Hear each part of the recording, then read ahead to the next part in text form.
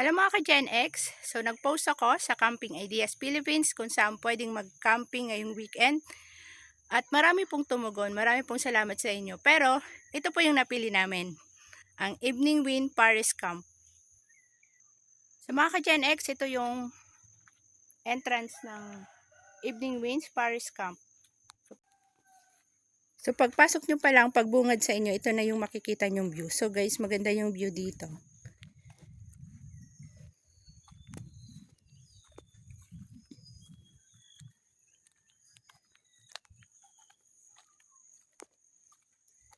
So yun yung bahay, yun ng sasalubong sa inyo para i-confirm yung registration. And then, ito yung daanan papunta sa campsite kung saan kayo nila i-assign.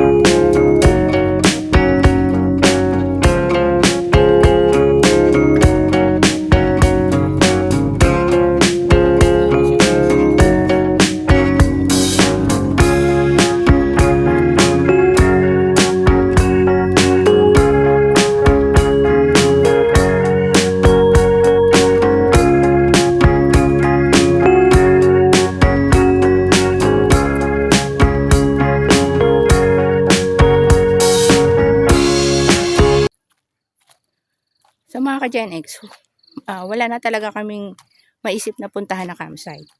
So ginawa ko, nag-post ako sa isang Facebook page para magpatulong kung saan pwedeng mag-camping ngayong weekend.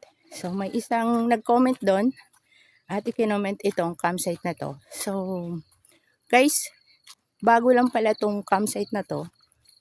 Siguro operated sila mga almost 1 year pa lang. So tingnan nyo naman yung view nila dito. Yan ang view. May 3 camping ground sila. So isa to sa mga camping ground nila. So kami naman dun sa may baba.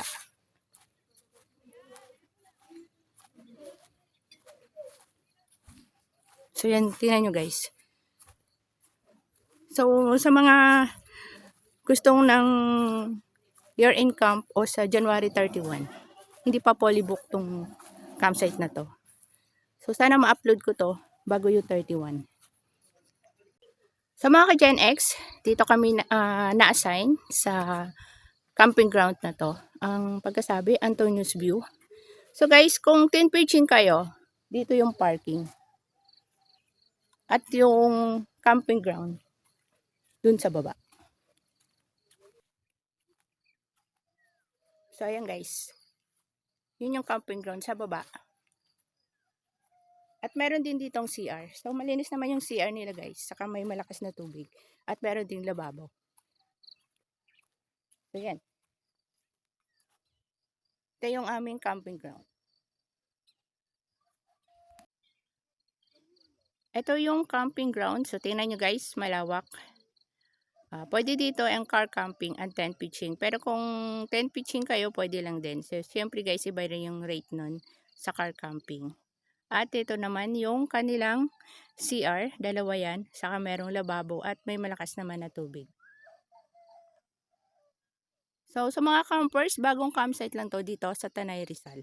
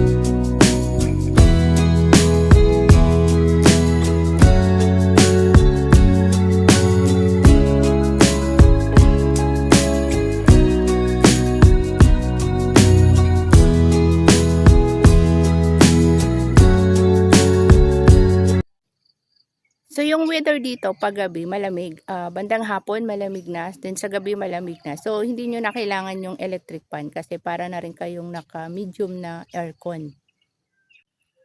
Ito yung setup ng aming tent. So nag-car camping na lang kami. So regarding sa rate, pwede niyo pong i-message yung page ng Evening Wind Forest Camp para po sa rate nila. So affordable naman yung tent pitching nila dito. Medyo may price silang pagka-car camping. So guys, depende naman yun sa inyo kasi ang parking is malapit na naman. Diyan lang naman sa may bungad. Shout out pala sa mga ka-neighbors namin dito sa campsite. Actually, bihira na magkakaroon kami talaga ng ka-neighbors. Usually, nagsusolo kami sa isang campsite ng mga pag-camping namin. So, itong year-end camp namin dito sa Evening Wind Forest Camp, naging masaya kami kasi marami kaming naging ka-neighbors. Kung sino man po kayo, Merry Christmas sa inyo and Happy New Year. Hopefully, next year, magkita-kita ulit tayo. So, magliligpit na rin kami ng tent namin at maya-maya move out na rin kami.